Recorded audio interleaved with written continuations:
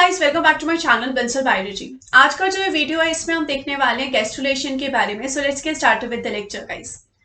जब एक embryo grow हो रहा होता है तो उसमें सेल डिवीजन चलते हैं। बहुत सारा सेल डिवीजन होते होते होते होते उसमें एक स्टेज आती है जिसको बोलते हैं ब्लास्टुला, और ब्लास्टुला के बाद स्टेज होती है जिसको गैस्ट्रुलेशन बोला जाता है या फिर गैस्ट्रुला बोला जाता है। अब ये गैस्ट्रुला एक ऐसी स्टेज होती है जिसमें सेल्स बहुत ज्यादा मूवमेंट करते हैं। एक जगह से सेल दूसरी जगह पे मूव करते हैं, अपनी शेप चेंज करते हैं, न्यू नेबर्स इनको मिलते हैं। तो यहाँ पर ये जो मूवमेंट ऑफ सेल्स हो रहे हैं इसको मॉर्फोजेनेटिक मूवमेंट कहते हैं, और इस स्टेज को ही गैस्ट्रुला स्टेज कहते हैं। इस स्टेज में टोटल 3 जर्म लेयर्स की सिंथेसिस होती है। सबसे पहली होती है एक्टोडर्म, जो कि सबसे आउटर वाली लेयर है। उसके बीच वाली लेयर होती है, उसके अंदर वाली लेयर होती है मीजोडर्म, और सबसे अंदर वाली लेयर होती है एंडोडर्म। तो एंडोडर्म सबसे अंदर है, एक्टोडर्म सबसे बाहर है, और मीजोडर्म उसके बीच में है। तो इस लेयर की, इन 3 लेयर्स की सिंथेसिस को गैस्ट्रुलेशन या फिर गैस्ट्रुला की सिंथेसिस कहा जाता है। अगर हम यहाँ पे देखें, गैस्ट्रुलेशन जो होते हैं इसमें 2 प्रोसेसेस होते हैं, एक होता है एपिबोली और एक होता है एम्बोली। अगर हम एम्बोली देखें तो ये भी फर्दर टाइप्स में होता है, जैसे कि एक होता है इन्वेजिनेशन, उसके अलावा होता है इन्वोल्यूशन, इसके अलावा इंग्रेशन और डेलमाइनेशन। तो अब हम यहाँ पर सारे टाइप्स को एक एक करके देखते हैं। सबसे पहले हम एपिबोली के साथ स्टार्ट करते हैं। एपिबोली नाम से ही पता चल रहा है कुछ तो बाहर बाहर की बात है। अगर हम यहाँ पर देखें, समझिए मेरे पास यहाँ पर ये अंडा प्रेजेंट है, मतलब ये जाइगोट प्रेजेंट है, ये एम्ब्रियो है बच्चे का जो डेवलप हो रहा है धीरे धीरे धीरे। समझो यहाँ पर मैंने कहा कि ये ब्लास्टुला स्टेज अभी मेरे पास प्रेजेंट है। यहाँ पर इस ब्लास्टुला स्टेज में ये जो ऊपर वाले सेल्स होते हैं, या ऊपर वाला जो हाफ है आप देख सकते हैं ब्लैक कलर का, इसको हम यहाँ पर क्या बोलेंगे, एनिमल हेमिस्फीयर बोलेंगे, जो ऊपर का आधा हिस्सा है। और ये जो नीचे का आधा हिस्सा है इसको हम यहाँ पे क्या बोलते हैं, वेजिटल हेमिस्फीयर बोलते हैं। अब यहाँ पर ये जो ऊपर का हमें ब्लैक रीजन दिख रहा है ना, ये जो सेल्स है ये सारे किसके सेल्स है, एक्टोडर्म के सेल्स है। और हमें पता है जो पूरा एम्ब्रियो है उसकी जो सबसे आउटर वाली लेयर होती है वो एक्टोडर्म होती है। तो यहाँ पर ये जो ऊपर के एक्टोडर्म है ना, ये क्या करेंगे, ये यहाँ पर नीचे की तरफ भी मूव करेंगे। ये यहाँ पर क्या करेंगे, जो एक्टोडर्मल सेल्स है दे विल मूव डाउनवर्ड्स, ये सारे नीचे की तरफ भी मूव करेंगे। तो ऊपर वाले एनिमल हेमिस्फीयर के सेल्स जो नीचे की तरफ मूव कर रहे हैं, सबसे आउटर लेयर जो नीचे की तरफ मूव कर रही है, इस चीज को एपिबोली कहा जाता है। अगर हम यहाँ पे बोले तो ये सेल्स नीचे मूव कैसे करेंगे, यहाँ पे सेल्स की पूरी शीट मूव करती है। तो ये मूवमेंट होगा कैसे, ये ऐसे हो सकता है कि या तो ये ऊपर वाले सेल्स जो है सेल डिवीजन करें, या फिर यहाँ पर ये हो सकता है कि ये जो सेल है ये अपनी शेप चेंज करें, या फिर ये ऐसे हो सकता है कि 2 लेयर्स हो यहाँ पर और 2 लेयर्स मिलके एक लेयर बनाए, जिसकी वजह से एक लेयर बड़ी होती जाए जो सेल्स है वो नीचे की तरफ मूव करे।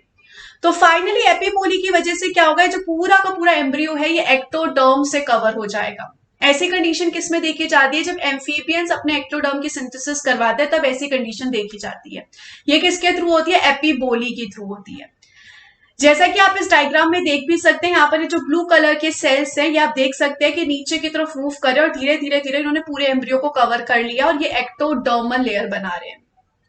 नेक्स्ट कंडीशन अगर हम यहाँ पे देखें तो इनवेजिनेशन की कंडीशन होती है। इनवेजिनेशन नाम से ही पता चल रहा है क्या होगा, इनवेजिनेट होगा। एपिबोली में हमने देखा था हर एक चीज बाहर बाहर चल रही थी, लेकिन एम्बोली में यहाँ पे जो सेल्स है वो अंदर की तरफ मूव करना शुरू करेंगे, यानी कि एम्ब्रियो के अंदर की तरफ मूव करेंगे।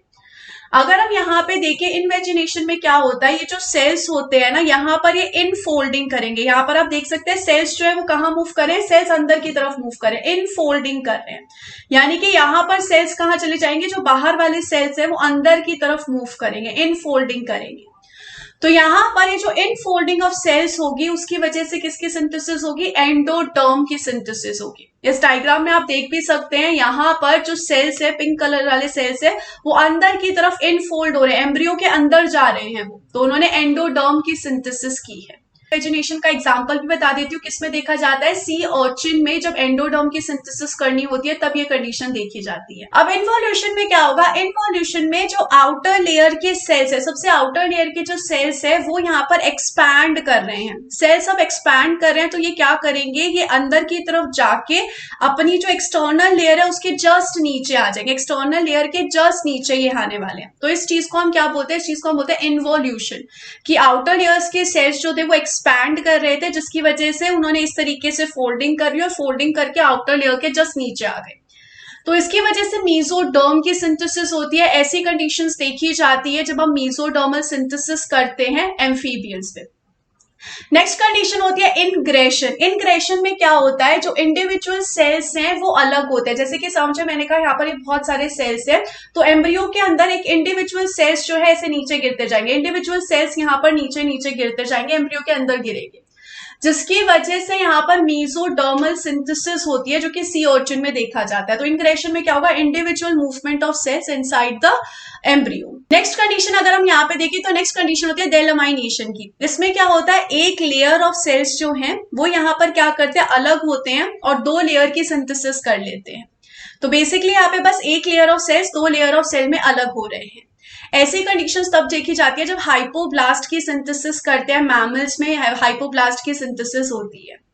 तो इस तरीके से ये सारे के सारे गैस्ट्रुलेशन मूवमेंट है जिससे हमने एंडोडर्म, एक्टोडर्म और मेसोडर्म की सिंथेसिस की। आई होप गाइस आपको अच्छे से समझ में आ गया होगा video. If you like this video, do share it with your all your friends and thank you so much for watching this video. Thank you so much guys, bye bye.